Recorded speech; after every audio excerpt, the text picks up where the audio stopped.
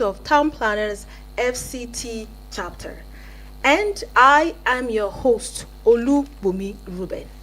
And this is a program for anyone who wants to go into developing or real estate. I want you to take a chair and listen to this program for today.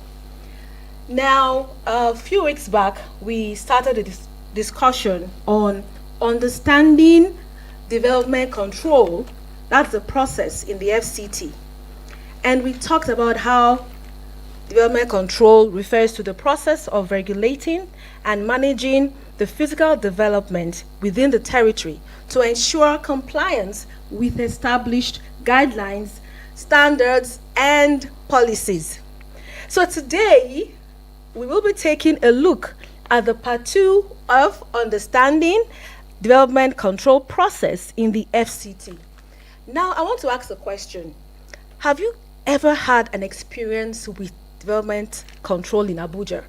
If you have, we'd like you to call us and tell us about it. In the studio today, we have our experts who would answer the questions and tell you more about the process. And they will clear your doubts and answer your questions. And it is my pleasure today to introduce to you my expert guests in the studio. And I have with me Town Planner Dr. Abdulrazak Sharif, who is a fellow of the Nigerian Institute of Town Planners. You're welcome, sir. Thank you. It's a pleasure to be here. And also with me here is Town Planner Kalu Amadi, who is a member of the Nigerian Institute of Town Planners. You're welcome, sir. My pleasure. It's a pleasure to have you. And of course, my able co-host, who is Dr. Kanu Kingsley. He is the second vice chairman of the NITP chapter. My co-host. FCT chapter. FCT chapter. You're welcome. My pleasure. Okay, so before we start our program today, you can watch us live on Facebook at Eagles FM. And also, you can go on to the YouTube channel and check us out at Eagles FM 1023. Please like, share, and drop your comments and also your questions. So we are going into the business for today.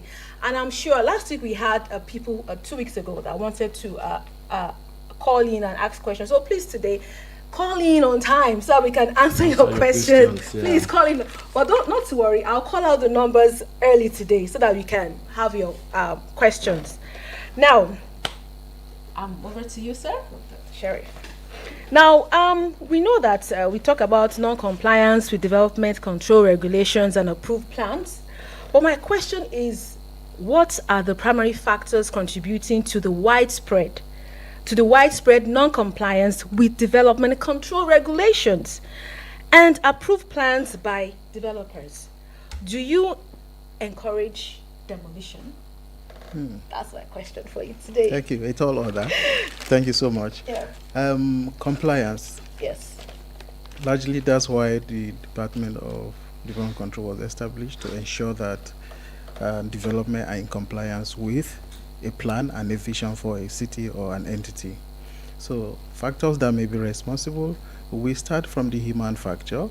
In sociology, we're taught that humans are deviant by nature. It is law and regulation that continue to put people on the line so they will ensure compliance. Okay. So for the case of Abuja, while the department struggles to ensure developers fall in line, however, you still have outlier, which are people who choose to deviate from what approval may have been given to them. Another factor may be a market factor, where people who want to optimize their investment beyond what the plan or the zoning regulation says. Okay. However, the law is there to continue to check these outliers and ensure compliance, so to speak.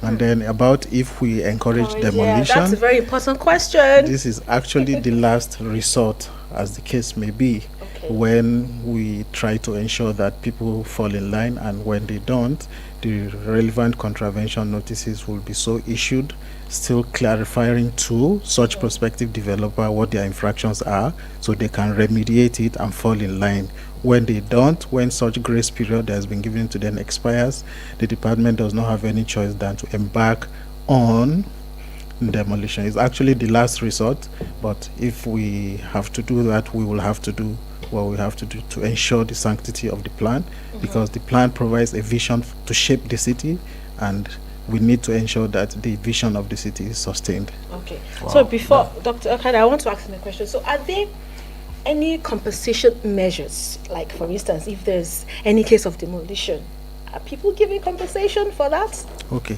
thank you. You actually have, this is actually a very excellent question. Yeah. About that, I would answer that by referring to the Urban Regional Planning Law, specifically Section 62, which talks about if there are infractions, demolition shall be carried out, and the department shall recover the cost of the demolition from the erring developer. Oh, sorry, come on. Sorry, that appears contradictory to your question. Exactly. However, I'm reiterating to say that the law provides that when there is an infraction, the control department shall communicate to the developer to remedy that infraction. Okay. If it does not, the department will proceed. If it is the scale of demolition, demolition shall be carried out, and the developer is obligated to reimburse the department of the cost that's been incurred in carrying out that demolition. News. However, going back to your question, in instances where compensation may be paid, is where the person had a valid title, he has sought and obtained approval to erect the development, he has erected the development in full compliance to the plan.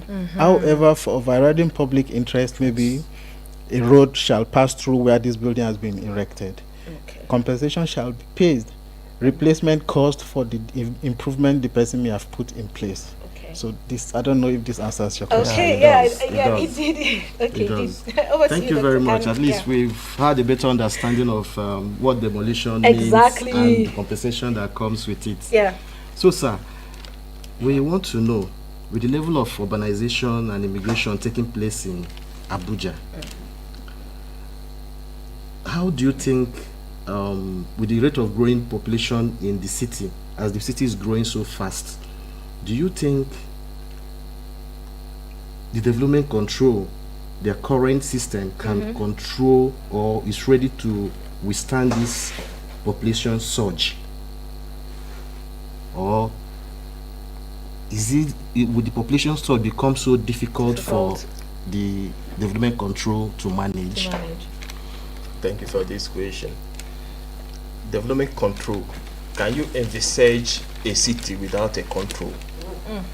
It would just be anarchy, chaos.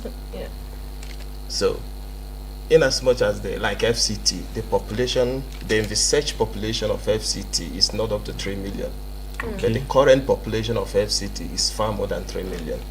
And it is putting pressure on both physical and economic development. And the development control is stretched in controlling development, because the population surge comes with it is prevailing problems, like pressure on basic infrastructure, transportation, even open spaces, and increased slums. That is the problems. You can see that the control department here and there goes demolishing some of the slums, which has posed a lot of security threats. So with the increased population, it actually putting pressure on the department. But that is not to say that the department is not up to its oars. They are doing a lot to ensure that the city is controlled. But a lot still needs to be done. There is always room for improvement. And in the light of digital innovations, there are some ways that control can still be done outside the manual way that has been done. You understand? So, and I'm sure that the department is doing that to ensure that some of these things are taking place, to ensure that it is properly regulated, to ensure efficiency in the planning. Okay. Invariably, the population surge will not be too difficult for the development control to manage. They can also control the future population. Yeah, the population surge entails that there should be increment in the workforce of development control. Okay. And the hinterlands should be actually monitored. Okay. And drones can still be used. Technologies can be used in the course of monitoring. Okay. Because the world actually is looking towards technology, like the AI and drones and other technological advancement are being used in monitoring development. Okay. Now you can just fly drone over a place and you see the number of structures within an area. Okay. And vis-a-vis, the approved ones. Yeah. Okay. Thank you very much. Thank you very much for that maybe question. Doctor, do you have... Yes, I think he has largely expatiated on the question. But however, just to contextualize it further, the FCT has a land area of 8,000 square kilometers. Yes. The personnel capacity of the control department is a little above 600 or thereabout. Okay. So when you compute this, it's each staff has about 13.3 square kilometers to monitor. Okay. So you can imagine how much the stress and the pressure is put on the staff to ensure that the plan of the city is protected and the developments are controlled accordingly. So there is a place of technology. So like he also emphasized, the sophistication of the control mechanism that is put in place is what determines the outcome of the development control activity. And there are several array of technology that can be deployed, like we see in classical example of other cities who are already embracing technology. Yeah. Okay. All right. Thank you so much. Thank you very much. Yeah. So like I said before I ask the next question, I'm going to open the phone lines now because I know that some of you might have written your questions down so that you can ask your questions early. So the numbers to call are 09097054450. I'll call it again, 09097054450. Another one is 09087668888. 09087668888. And the last one is 09073530044. 09073530044. So please call in and ask your questions. Now, I think this question I'm about to ask is just like maybe part of the question we just finished talking about. Yeah. And it's talking about the challenges facing development control in the FCT and how can they be addressed. While he was talking, he said that we have like a population explosion in Abuja right now. So and I know that there will be challenges faced by the department. So can you just tell us the challenges faced and how they can be addressed? Okay.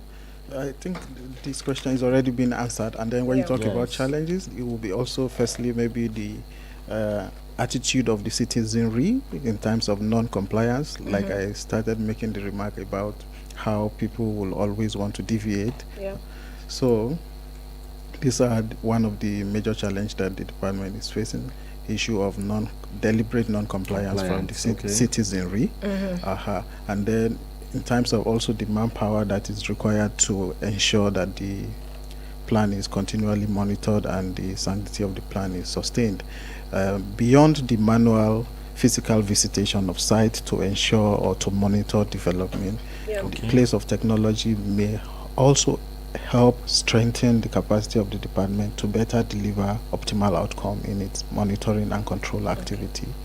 So the deployment of drones, deployment of GIS infrastructure and AI, all of these have a place in ensuring that timely detection of deviation of development can be immediately detected and can be addressed in a timely manner to also avoid demolition, so to speak.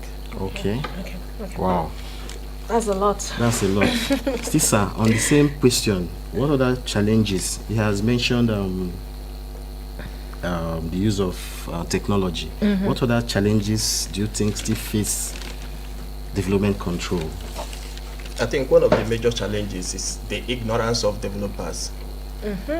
So how can that be addressed? Some of the developers don't even know the policies of development of the control department. Okay. And in that respect, I think the department should actually involve themselves in a lot of enlightenment and orientation, to the point that there should be participatory planning. Okay. That the villagers and the encroachers should know the policy of government. Okay. And in so doing, if you're going to do anything like removal, it will be seamless, because when you involve the populace, they actually know ABCD is out of the policy of the control department. Okay. So when you get them enlightened, when you get them informed, when you get them oriented on the policies of the control department, the chances are that the deviations, the encroachment and all that, this thing would be less than the way they are today, because I solicit more on enlightenment and participatory planning. Okay. So we should involve, we should plan with the people. Yes. To ensure seamless development control activities. Yes. Okay, we've been talking about use of technology. How can that really be of help? How can that really improve the activities of development control in terms of planning permits and to ensure efficiency, functionality, and transparency? When we actually use technology, for example, if you fly a drone here, it will give you the exact position of a particular plot. Okay. Then it will make you know whether the place is developed or undeveloped in the planning process, because when you grant approval, development control approval is a process. Okay. You go to site, assess the site, and do other technicalities before granting the permit. Okay. So when you use AI or technology, it gives you an overview. It reduces time that is used for approval, and it actually gives more confidence on developers that they are sure that the right thing will be done. Wow. So like this approval thing, how long does it take? And you have mentioned the process. Please, can you enlighten our listeners on the process? Okay. According to urban and regional planning law, a maximum of 3 months is required for building plan approval. Okay, maximum. From the point submission is made. Okay. But if at any point that there are some difficulties and the the 3 months is not attained, the control department is supposed to write to the developer informing him ABCD. That is why the permit is not granted. Okay. Yeah. The delay. Why the delay on the approval process? Yes. Okay. If at the end of 3 months, the control department did not write to the developer, it is assumed that the approval has been granted. That is the planning law. Okay. Okay. Wow. And if on that event, if the developer moves to site, what now happens? Would that be seen to be contravention? That is if like I'm saying the urban and regional planning law. Yeah, what the law says. What it means that after 3 months, if the control department did not inform the developer, it's assumed that approval has been granted. Okay. But I'm sure that, like I said earlier on, that planning is a process. The permit is a process. And I'm sure that the permit, the development permit, the control department rather, informs the developer, the applicant, at every point if there are some issues to be addressed. They are always informed. Okay. All right. Okay. So, Dr. I do have call. I want to call out the numbers again. Okay. 090-9705-4 4450. 09097054450, or you can call 09087668888. 09087668888. And the last one is 09073530044. 09073530044. Calling now. Very soon we'll be out of the studio in a bit. Now, Sarah, do you have anything to, in addition to what he has said? Yes, I think he basically made the required explanation in this regard, that the deployment of technology when it has to do with processing and granting of permit, and then when it also has to do with gathering of information relating to site situation on the field. So for monitoring activities on the field, the drone or unmanned area vehicle, as it's also known, is a mechanism that can be so deployed or institutionalized in a control department for monitoring activity. And the computational capability of a drone, if a drone can be deployed 20 kilometers away from your physical location to gather information about spatial development, and then that can be repeated over a series of time in order to monitor what happens within that particular entity. And the resolution of such drones will shoot footages of 4K imagery for you, which you can make informed analysis with them. So it can actually serve the use and purposes of gathering information from the site, and then when it has to do with processing and granting of permit, information so gathered can be feed into an electronic vetting platform for processing of building plan, which will reduce the time for consideration of the permit and the granting of approval. So indeed, the place of technology cannot be overemphasized. So this is my take. All right, so I have a question for you. While he was talking earlier on, he talked about how most of the developers are kind of ignorant about the process in the development control. My question is, are there any enlightenment programs how do you let them know that this is what is happening here? Because I'm very sure a lot of people don't even know what they're supposed to do before they even go into real estate, or even before they need to start start up a building. So how do you make sure they are aware of all these things? Okay, thank you. Very brilliant question.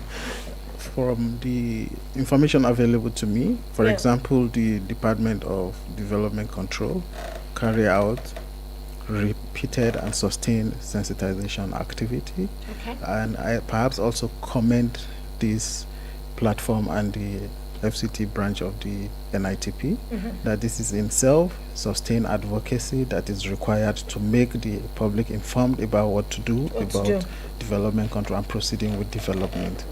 Repeatedly, like I said earlier, the control department issue press releases, and also in the print and electronic media about how people should ensure that they obtain a valid title upon which they will seek and obtain approval before carrying out development from the required authority, not from the locals or from village heads.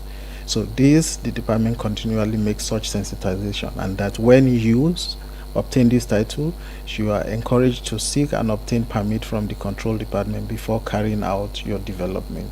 And when it also comes to maybe infractions, the department, I am aware, carry out sensitization and engagement session with either community heads or even people affected to explain to them what the issues are and why the enforcement may perhaps proceed. Okay, we have a call here.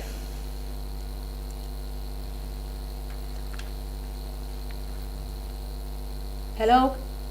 Good evening. Good evening. You're welcome to the town planning program. Please tell us your name and where you're calling from. My name is Town Planner Nathaniel Atebije.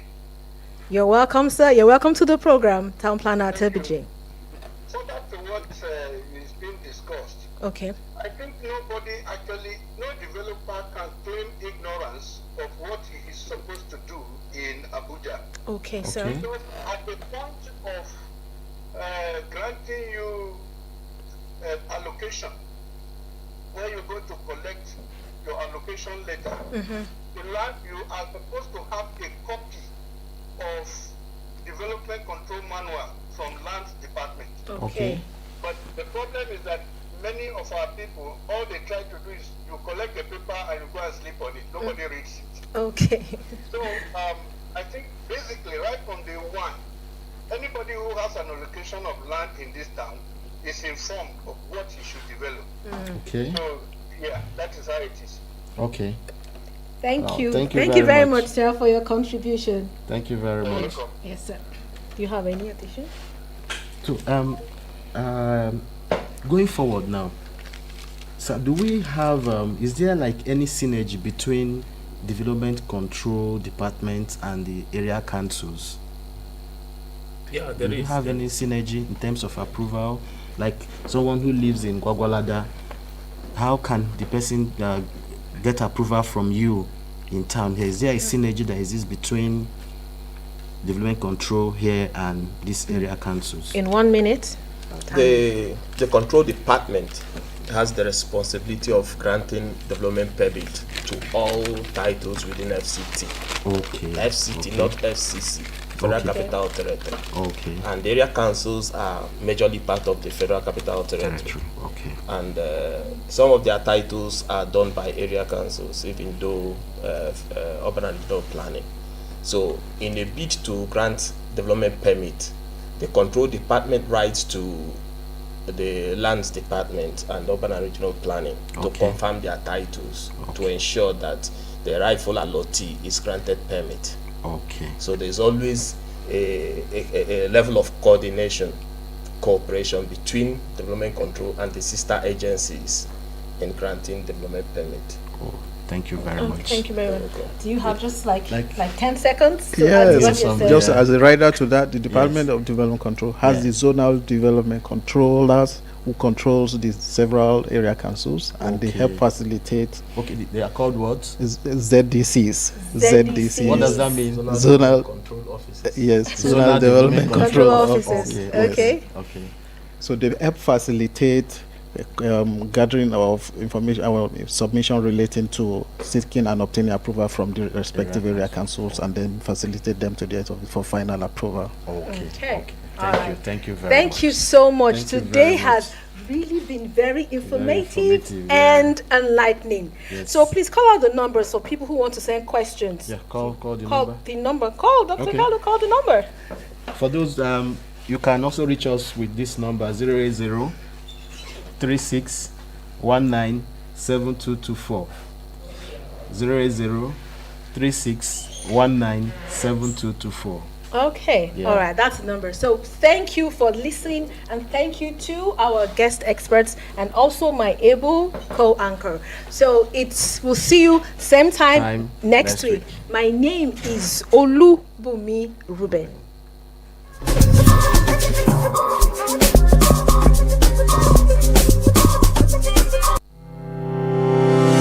Imagine a city where green spaces thrive,